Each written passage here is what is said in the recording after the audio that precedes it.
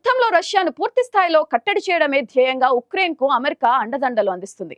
America అందజేసిన long range క్షిపణులను రష్యాపై ఉపయోగించడానికి America అధ్యక్షుడు జో బైడెన్ నుంచి అనుమతి లభించింది.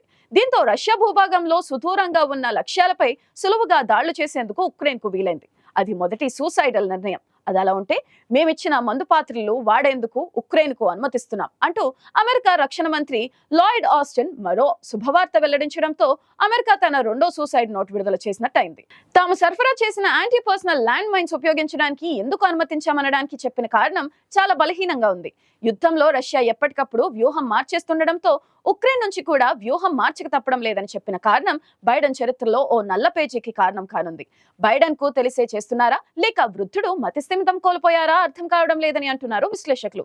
రష్యాకు మద్దతిస్తున్న ఉత్తర కొరియా పంపించిన వేలాది పదాతి దళాలు ఉక్రెయిన్ భూభాగంలోకి ముందుకు చొచ్చుకొస్తున్నాయని, ఆ దళాలను నిలువరించాలంటే యాంటీ పర్సనల్ ల్యాండ్ మైన్స్ ఉపయోగించాల్సి ఉంటుందని నిర్ణయం తీసుకున్నట్లు లాయిడ్ ఆస్టిన్ చెప్పడం ఎంత బాధ్యతారాహిత్యమో మరో 15 రోజుల్లోనే తేలిపోనుంది. నిజానికి ఈ ల్యాండ్ మైన్స్ పెద్దగా ప్రమాదకరం, ప్రాణాంతకం కావని కూడా ఆయనే చెప్పారు. శత్రు సైన్యం కదలికలను నియంత్రించేందుకు ఇవి దోహదపడతాయి. కానీ ఈ చర్యలే పుతిన్ దారుణమైన నిర్ణయం తీసుకునేందుకు దోహదపడ్డాయి. అమెరికా అనుమతి ఇవ్వడంతో 2.5 ఏళ్లకు పైగా సాగుతున్న రష్యా ఉక్రెయిన్ యుద్ధం ఇప్పుడు ప్రపంచ యుద్ధంగా మారే ప్రమాదం అంచుకు చేరింది. మరీ ముఖ్యంగా మొన్న మధ్య నాటోలో కొత్తగా చేరిన ఫిన్లాండ్, స్వీడన్లు వణికిపోతున్నాయి. ఎందుకంటే అమెరికా నుంచి అనుమతి వచ్చిందే ఆలస్యం. ఉక్రెయిన్ మరో మాట లేకుండా రష్యాపైకి 6 దీర్ఘశ్రేణి క్షిపణులను ప్రయోగించేసింది. ఇంత జరుగుతుంటే రష్యా అధ్యక్షుడు పుతిన్ చూస్తూ ఊరుకుంటారా? గట్టిగా బదులు తీర్చుకునేందుకు ఏదైనా చేయడం ఆయన నైజం. అందుకే ప్రపంచం యావత్తు ఈ 2 పరిణామాల విషయంలో ఏం జరుగుతుందో తెలియని ఉత్కంఠతో ఉంది. మరోవైపు ఇజ్రాయెల్ పై దాదాపు 200 బాలిస్టిక్ క్షిపణులతో ఇరాన్ దాడి చేయడం పశ్చిమాసియాలో ఉద్రిక్తతలను తీవ్రతరం చేసింది. ఈ పరిణామంతో ప్రపంచవ్యాప్తంగా ప్రజలు ఆందోళనకు గురవుతున్నారు. ఓవైపు రష్యా ఉక్రెయిన్ మధ్య 3 ఏళ్లుగా సాగుతున్న యుద్ధం, ఇటువైపు గాజాలోని హమాస్, లెబనాన్లోని హెజ్బుల్లా లక్ష్యంగా ఇజ్రాయెల్ విరుచుకుపడడంతో ఇరాన్ ప్రత్యక్షంగా ఇజ్రాయెల్ పై దాడి చేయడం వల్ల మూడో ప్రపంచ యుద్ధం ఇప్పటికే మొదలైందనే హెచ్చరికలు వినిపిస్తున్నాయి. భారత్ సహా ప్రపంచవ్యాప్తంగా ఎక్స్ లో 3వ ప్రపంచ యుద్ధం అంశంపై చర్చ నడుస్తుంది. #WWIII అంశం భారత్ లో ఎక్స్ మాధ్యమంలో 5 గంటల పాటు టాప్ 3 ట్రెండింగ్ టాపిక్ లో ఒకటిగా కొనసాగింది. 2 లక్షలకు పైగా ఇందుకు సంబంధించిన పోస్టులు వచ్చాయి. ప్రపంచం 3వ ప్రపంచ యుద్ధం అంచనా ఉందని అమెరికా అధ్యక్షుడిగా ఎన్నికైన డొనాల్డ్ ట్రంప్ హెచ్చరించారు. తను ప్రమాణ స్వీకారం చేసి పదవి బాధ్యతలు తీసుకునేందుకు మరో 45 రోజులు పడుతుంది. ఈలోగా అమెరికాను ఇద్దరు అసమర్థులు నడిపిస్తున్నారని అధ్యక్షుడు బైడెన్, ఉపాధ్యక్షురాలు కమలా హారిస్ ను ఉద్దేశించి ట్రంప్ విమర్శించారు. వారిద్దరూ ప్రపంచాన్ని 3వ ప్రపంచ యుద్ధం వైపు నడిపిస్తున్నారని ఆరోపించారు. బలహీన బుజ్జిగింపు విధానాలే ప్రపంచానికి ఈ పరిస్థితిని తీసుకొచ్చాయని ట్రంప్ అన్నారు. రిపబ్లికన్ పార్టీకి చెందిన పలువురు నేతలు సైతం కమలా హారిస్ పై విమర్శలు గుప్పించారు. మరికొందరేమో ఇదంతా బరాక్ ఒబామా చేస్తున్న కుట్ర అని తేల్చారు. నిజానికి ఆయన ఇస్లాం మతానికి చెందిన వ్యక్తి.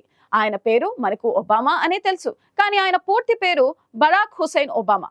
ఇస్లామిక్ దేశాల్లో జరుగుతున్న కుట్రలో భాగంగా ఈ కుట్రలన్నీ జరుగుతున్నాయని అంతర్జాతీయ మీడియాలో కథనాలు వస్తున్నాయి. ఆయనకు ఎంతో సన్నిహిత మిత్రుడైన జో బైడెన్ ను పెడదారి పట్టేలా సూచనలు, సలహాలు ఇస్తూ అమెరికా గమనాన్ని మార్చేందుకు కుట్ర జరిగిందని వార్తలు వస్తున్నాయి. ఇప్పుడు దిగిపోయే సమయానికి బైడెన్ రష్యా మీద దాడులకు ఉక్రెయిన్ కు అనుమతి ఇవ్వడం వెనుక ఒబామా హస్తం ఉందని అంటున్నారు. ఈ కుట్రలతో తీసుకున్న అనాలోచిత నిర్ణయాలతో మరోసారి ప్రపంచ యుద్ధం అంటూ జరిగితే ఆ తర్వాత మరేమీ ఉండదు. గతంలో జరిగిన 2 ప్రపంచ యుద్ధాల కంటే 3వ ప్రపంచ యుద్ధం తీవ్రత ఊహించని విధంగా ఉంటుంది.